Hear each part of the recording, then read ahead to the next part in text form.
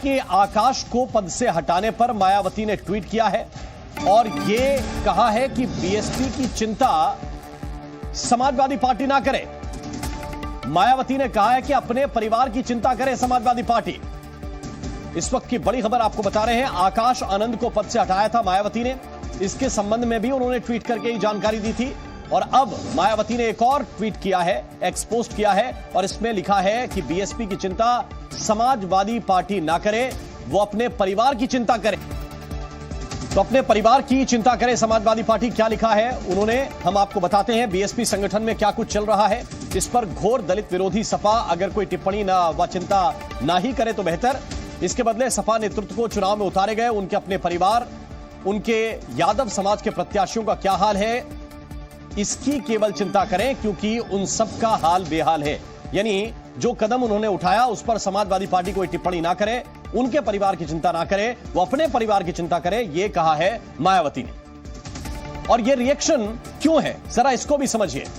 दरअसल कल रात एक खबर आई कि मायावती के भतीजे आकाश आनंद को नेशनल कोऑर्डिनेटर और उत्तराधिकारी के पद से हटा दिया गया। यह खबर आई तो बीएसपी के समर्थक भी सन्न रह गए। लोगों को समझ में ही नहीं आया कि बीएसपी का जो युवा नेता रैलियों में भीड़ जुटा रहा था, जिसे सुनने के लिए बीएसपी समर्थकों का हुजूम उमड़ रहा था, आखिर उसको क्यों हटा दिया गया।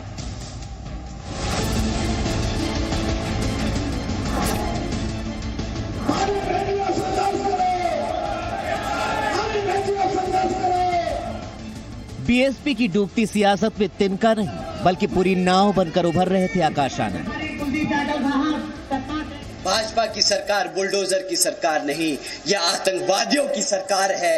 अपनी आवाम को गुलाम बनाकर रखा है। ऐसी सरकार का समय आ गया है अब खत्म होने का।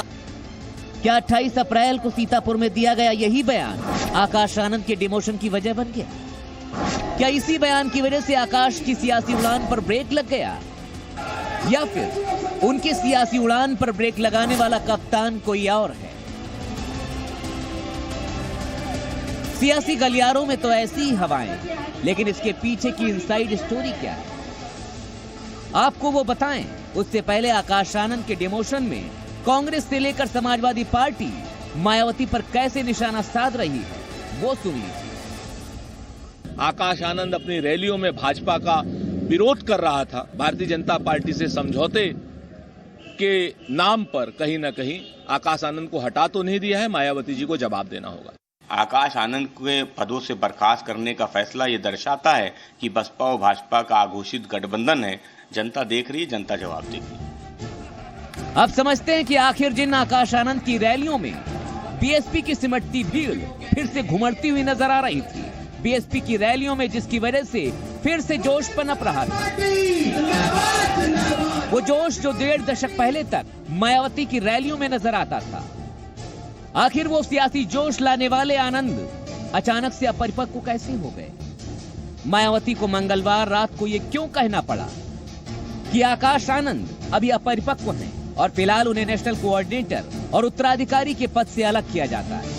तो इसके पीछे असली कहानी को ध्यान से सुनिएगा, इसमें कई बातें हैं। पहली बात, मायावती का आकाश आनंद के विवादित बयानों से नाराज होना। सूत्रों के मुताबिक सरकार पर विवादित बयान से मायावती नाराज थी। ये मायावती की चिरपरिचित अटैक वाली शैली के खिलाफ है। आकाश का बीजेपी पर ही सबसे ज्यादा जुबानी हमला हो रहा था। केवल बीजेपी पर अटैक से समाजवादी पार्टी को फायदा होता दिख रहा था, जबकि बीएसपी को नुकसान। आकाश को हरियाणा, दिल्ली, पंजाब, राजस्थान की जिम्मेदारी दी गई थी, लेकिन वो रुचि यूपी में ही ले रहे थे। बीजेपी पर बयानबाजी के बाद आकाश आनंद को संकट में फंसने से बचाने की भी कवायद है ये, ऐसा भी कहा जा रहा है। बीजेपी के साथ अपने रिश्तों को बचाने की कवायद में एक्शन किया गया।